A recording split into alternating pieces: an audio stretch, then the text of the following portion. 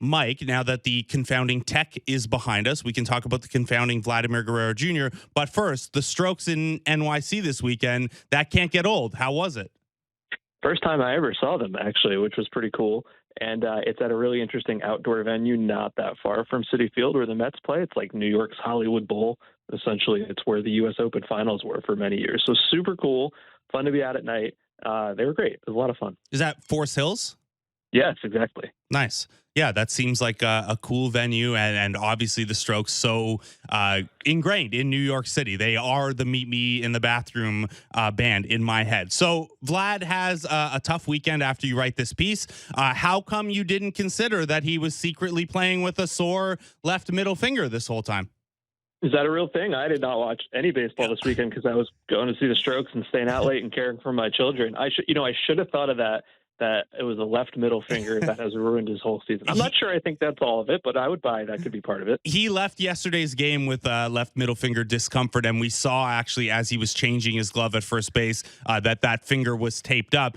In seriousness, though, one of the theories that you kicked around in this piece, and again, the piece is up at MLB.com, 11 theories explaining Vlad's confusing 2023 season. One of the theories was that, well, he had a knee thing earlier, he had a wrist thing earlier. I know that we can't really, if you're healthy enough to play, we have to analyze the data. But when you look at what was happening in there, when you look at things like his speed and defense regressing this year, do you put any stock in that as a potential factor here? Not the factor, but a factor? Yeah, I mean, it's circumstantial evidence. As you said, I certainly can't sit here and say, oh, yes, I know that he's injured and I know that he's not healthy, because I don't. But when I asked people, for Blue Jays fans, what do you think are the theories, what's behind his kind of decline this year? One of the more compelling ones I got was, well, hey, look at his wrist injury. And he was really good before that, which was early May, and not so great after that. And the numbers really do bear that out by a lot. And yet he did win the home run derby. So it's a little hard for me to say, oh, he's totally injured, his wrists are hurt, and he can't hit, because while I know the derby is not real major league pitching, he still did a great job at it. I think the one that stood out to me a little bit more is just that the speed and defense are both down, and certainly nobody thinks of his game and says, well, he has to steal 30 bases. Obviously, that's not the kind of player he's ever going to be. No one really cares how fast he is, but sometimes you can use it as a proxy for health or for conditioning, and it is down, and the defense is down. Everything's kind of down, and I will be interested if we learn anything in the off season, after the year is over, where it turns out, oh, I was playing through this, or this was barking all year long, because we've certainly seen those kind of things happen before. Yeah, and sometimes when it comes to a knee, you're Ronald Acuna Jr., and an off season of rest gets everything right, and sometimes that's just a red herring, and hey, everyone is playing through something by the time you get to late August. So some of the theories that we can put a more definitive quantitative lens on, I think the Optimist Theory with Vlad's season is that there's been a lot of bad luck here. His swing decisions have gotten a little worse, but they're still fine-ish, and he's still leading the league in just about every hard hit category, barrels, hard hit rate, exit velocity, things like that. And if we look at his actual results versus his expected results based on all that batted ball data, he's having a top 10 to top 15 unluckiest, quote unquote, season in the StatCast era. That obviously can't be all of it, but when you dug into the numbers, Mike, how compelling an argument is that when we're 2/3 of the way into the season? 3/4 really. Yeah, I don't think it's luck very much at all. No. And I can explain why those numbers say that in a second. But one of the numbers I do like to look at in terms of bad luck is, so you've got all the fielding metrics, right? You've got outs above average, and you can look at that to say, Kevin Kiermaier is a great outfielder or whatever. Well, you can also flip it around, and you can look at that from the batter's point of view. And if you were to be a hitter who's getting crushed by bad luck, by great defensive plays, it would show up from that point of view. And for him, it didn't. And I think what's happening here, like why those expected numbers are so different, is the expected number, it's all about what happens at the moment of contact, right? How hard did you hit it? How high did you hit it? All that kind of stuff. And it doesn't tell you what happens on the way to the outcome. And what I mean by that is, if he is hitting it in such a way where, there's a different kind of spin, if he's not getting backspin, if he's getting a slice. Like I remember this happened a couple years ago with Marcelo Zuna, who was having a similar season where all the underlying metrics looked great and it just wasn't happening. And it really seemed like he had some kind of golf-like slice. And the technology is there to track that. It's just not in a place to analyze publicly yet. Like, I hope it will be at some point. And I would like to think that at some point I will look back at this season and be like, oh yeah, he just sliced everything. His bat path was like slightly different. So instead of like going out, it was going, to the left or top spin down or whatever. So if that's true, and if that's the case, I don't think I consider that luck. I mean, that is the way he's swinging, and that's what he's getting off the bat. And look, the spin is a fascinating thing because we talk about barrels and he's getting way less distance on barreled balls than we would expect. And then he's gotten in the path. And I think that the talk about spin on the ball is particularly fascinating a couple weeks removed from Jose Bautista Day, because to hear about his swing changes, a huge part of it was unlocking the ability to put backswing or backspin rather on the balls that he was able to drive into the air. So now I'm thinking, well, okay, the spin is a real factor here. And Mike Petriello, we got to nudge you here to make this stuff publicly available. I have an inkling that you maybe get to see some stuff that we don't. I have access to some stuff, but honestly, we have done very little analysis on batted ball spin. I would love to say, oh yeah, I've got the secret sauce, and I'm just not going to tell you personally, Blake Murphy, about it. But I don't have anything on it yet. Okay, so another theory that you looked at, and one that you and I were actually a little opposed on before the season, was how the new Rogers Center dimensions would play. Now, you have much better tools to run simulations of that. I was doing the crudest of things, and mine were like, yeah, it'll be a little pitcher friendly and doubles and triples will be up. We need way more data than 3/4 of a season where the Blue Jays have played on the road a lot more than at home to definitively say anything about the park. But with Vladimir Guerrero Jr.'s particular style of hitting and batted ball profile, did you see anything in park related factors as you dug in? Well, he's certainly got a pretty large splits. As I wrote this the other day, he had a 682 OPS at home and an 862 on the road. And I think everybody knows that he didn't get his first home run at home until June 23rd, which is wild. And I think people want to put that to the ballpark. And I don't know that you can, because yes, obviously there were changes to the ballpark, but it's not like it's changed across the board. You've got a couple of guys, Springer and Kiermaier, for example, who have been hitting better at home than away. And I think what people do is oversimplify and say, oh, well, this is maybe the best Blue Jays pitching staff we've had in years, or maybe ever. And it's because of the ballpark. I'm like, I don't know about that. I mean, certainly hasn't helped Alek Manoah. It's not like Kevin Gausman wasn't great last year. Like, is Kikuchi better? Sure. But he's got new breaking pitches and he's throwing strikes. I think what you said at first is correct, which is it's too soon to say. We have absolutely no idea. His year is weird enough in so many ways that this is just like another weird thing on the pile. And it's hard for me to say, no, this is the thing. Okay, so I think of the 11 theories you threw out there, and the honest answer is it's probably a blend of all of these things. But in addition to, hey, there's something going on with the swing that we can't measure yet in terms of spin or why the contact is coming off a certain way. I think that is probably 1A most convincing of the theories that you went through. And then 1B would probably be that he is struggling with the fastball, and not struggling to hey, he hits fastballs poorly, but struggling compared to what he has done on fastballs in the past, especially when it comes to pull side power. You even had a quote from John Schneider in that piece. What are you seeing when you isolate in on fastballs for Vladimir Guerrero Jr.? Well, no, I think the other good theory is that they took away his home run jacket, and now he's too sad. And probably misses his old glasses, yeah. Right, exactly. No, I'm glad you brought up the fastball one.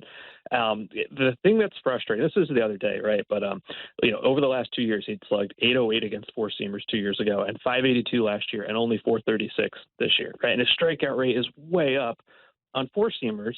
And, that could go back to what we started off talking about with the speed being down. Is there an injury? Is there a conditioning thing? Who knows? Certainly, I don't know what it's like to try to hit a 99-mile-an-hour fastball. But a lot of people are absolutely convinced that it's hitting coaches, and they're basically telling him not to try to attack fastballs and to go the other way. And I don't know what's being said in the room. I don't know what approaches are being put out there, but I do think people are too quick to blame the coaches when things are going bad and not quick enough to credit them when things are going well. Like, certainly nobody wanted to fire the hitting coaches when Bo Bichette turned around his slow start last year and becoming one of the best hitters in the game. And it was the same coaches there when Vlad Jr. was killing it in 2021. So Could it be a new voice is necessary? Sure, maybe. I don't know. None of us really know. But that's the number one most concerning thing to me, because when you think about Vlad at his peak, you think like lightning bat speed, right? You think there is no four-seam fastball or any kind of fastball that can be thrown hard enough to get past that man's bat. And that just hasn't been true this year. You know, whether he can't, whether he won't, whether it's being taught a different approach, I would love to know the answer to that. So that is probably the number one out of all these things that stand out to me. And it's probably, honestly, having read through all these series and obviously thinking about them over the course of the whole season, it's probably from here, game to game, the thing I'm going to try to keep my eye on at a most granular level is really hone in on those fastballs. And I know you didn't watch a ton of the series on the weekend, but he was absolutely flummoxed by 93 flat down the plate from Brett Kennedy a couple of times on Friday. So I don't think, I don't know whether that's the plan you're going up with or just the way you're seeing the ball out of the hand. Not great. So, Mike, not all is bad around the Blue Jays. They have really struggled offensively. Yesterday's 10-run output aside, for some reason, they just keep putting up big numbers on Sundays, and then they struggle Monday to Saturday mightily. But quietly, one thing they've done better in August, and I know you tweeted about this the other day, is they have hit a little better with runners in scoring position over the last little bit. I know nobody really wants to hear that after, I think 10 of their last 12 games, they've scored 4 runs or fewer. So it's obviously not leading to a ton of production, but where are you with the Jays' issues with runners in scoring position on the whole? Because again, this is one of those things that, like, small sample, even half a season, we all tend to say, yeah, it's noisy. When you get into the micro splits, it'll balance out eventually. But the Jays were headed for some historic territory there, and we're about 120 games into the season. Bo Bichette even commented on this on the Jays broadcast the other week about, the Jays need to be a little bit better, sticking to an approach, identifying a pitch or a location, and staying within that plan. That to me suggests there's at least some process stuff underneath the noise. Where are you with the Jays runners in scoring position issues? Do you know what the only thing worse than having issues with runners in scoring position is? It's not having runners in scoring position, right? Like, that is a much larger issue, and they didn't have that. And there's been so many studies over the year that says, runners in scoring position success is essentially random. Like, there's so many examples of players or teams who were like great at this one year and then absolutely terrible at it for the next however many years. Like, not a Blue Jay, but the name I always think of is Alan Craig with the Cardinals about 10 years ago, who had like that one amazing season and drove in a ton of runs and then basically never played again. And if you look at, the Blue Jays, I remember I dug into this a little bit. I couldn't really find any notable like approach changes or aggression changes or any of it. And it wasn't even everybody. Like, Vlad was, not having a great season, obviously, but he wasn't any worse with runners in scoring position. As I remember when I looked into this, it was basically Chapman and Springer, and I think Belt was the other guy. And it was mostly about those 3 names. And yeah, now it's turning around, right? Like, it's so difficult to say that this is a skill when there's just no evidence it's actually true. The problem with this is that if sometimes it takes a couple of months to resolve itself, imagine how random it is over a 3-game postseason series, right? Yes. And that's when people go nuts about it. Well, this is where we're heading for. If the Blue Jays can get into the wild card, we're absolutely headed for a scenario where they lose the wild card series and we point to, well, they struggled with runners in scoring position all season long and that did them in over 3 games, or they execute and it's like, well, we were right to focus on it all season. They fixed it in the 3-game wild card series. The Jays up, by the way, now to 22nd hitting with runners in scoring position. So not great, but they're no longer at the very bottom of the league. Mike, I want to pivot off the Jays here for a little bit. You had a fun piece at MLB.com last week, more fun than the Vlad one. The Vlad one was really good, but it was a little depressing to go through. The Dodgers are cooking right now, and Mookie Betts and Freddie Freeman may be the best 1-2 combo at the top of a lineup ever.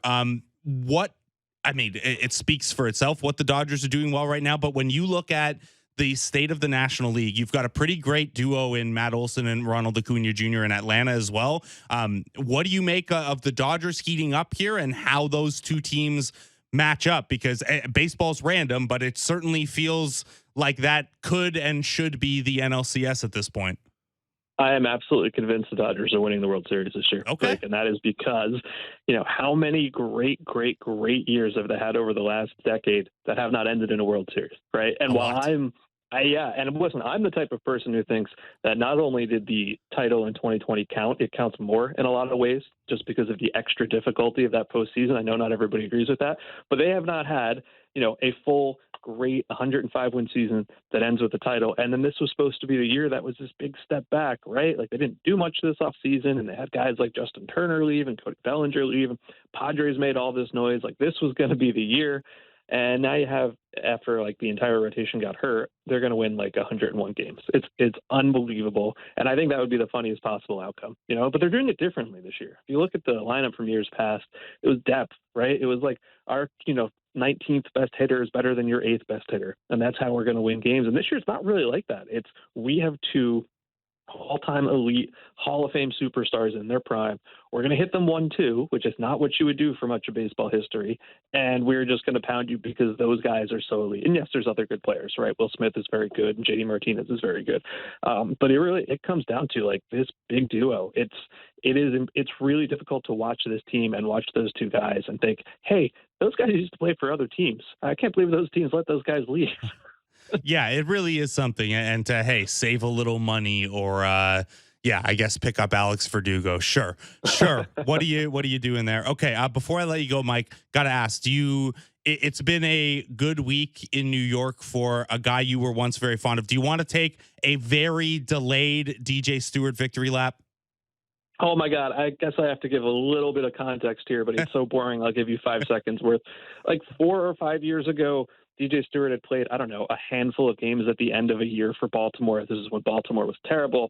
And in those handful of games, he had put up some ridiculous combination of like elite walk rate and fantastic, barrel combination. And I had this chart, which I prefaced at the time. I want to be clear about this. This is an insane thing to do. And it was like him, Freeman, Betts, and Soto, or, whatever gods were up there. And then, of course, he wasn't very good and he disappeared. And now here he is, being one of the most interesting players on an extremely uninteresting Mets team, and I'm very happy to see it. 4 home runs in a week, and I think he had 6 hits over the course of 5 games there. Man, do I miss when the Baltimore Orioles were bad and would play guys like DJ Stewart at the end of seasons. That is not going to happen. Little later this month, Mike, you and the Subway Ghosts are playing at Otto's in Manhattan, August 31st. You fired up or what? I can't wait. We're actually playing, a week from Thursday. And would you believe after all these years, I have never played a show on mainland Manhattan? I say that because we've played on Roosevelt Island, which is technically part of Manhattan, but nobody thinks about it that way. So I'm super excited. Please come out and see us if you're in New York. We'd love to have you. That would be a blast, man. Hope you guys have a good time. Thanks for taking the time out this morning, man. Thanks, Blake Dicker. Mike Petriello of MLB.com.